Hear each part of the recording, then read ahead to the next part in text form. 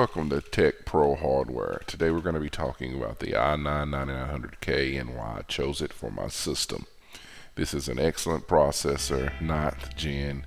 Intel really knocked it out of the ballpark.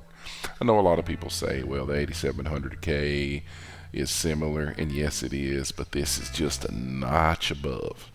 And if you really want the best of the best for right now, this is the processor for that, and that's why I chose it for my build. I do want to point out that this processor does run hot without proper cooling, so make sure you have an AIO or a custom loop or you will get that. You don't want that to happen, so make sure you have the proper cooling solution for your processor. For my particular build, I chose to use the Maximus Hero 11 Call of Duty 4 limited edition motherboard.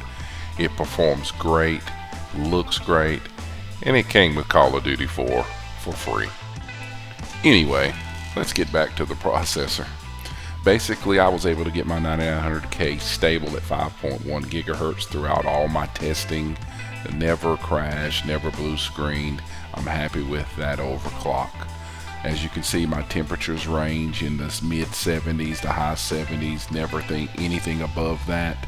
I will tell you though, if you go and do any stress testing, you're going to be in the mid 80s to 90s, which is okay.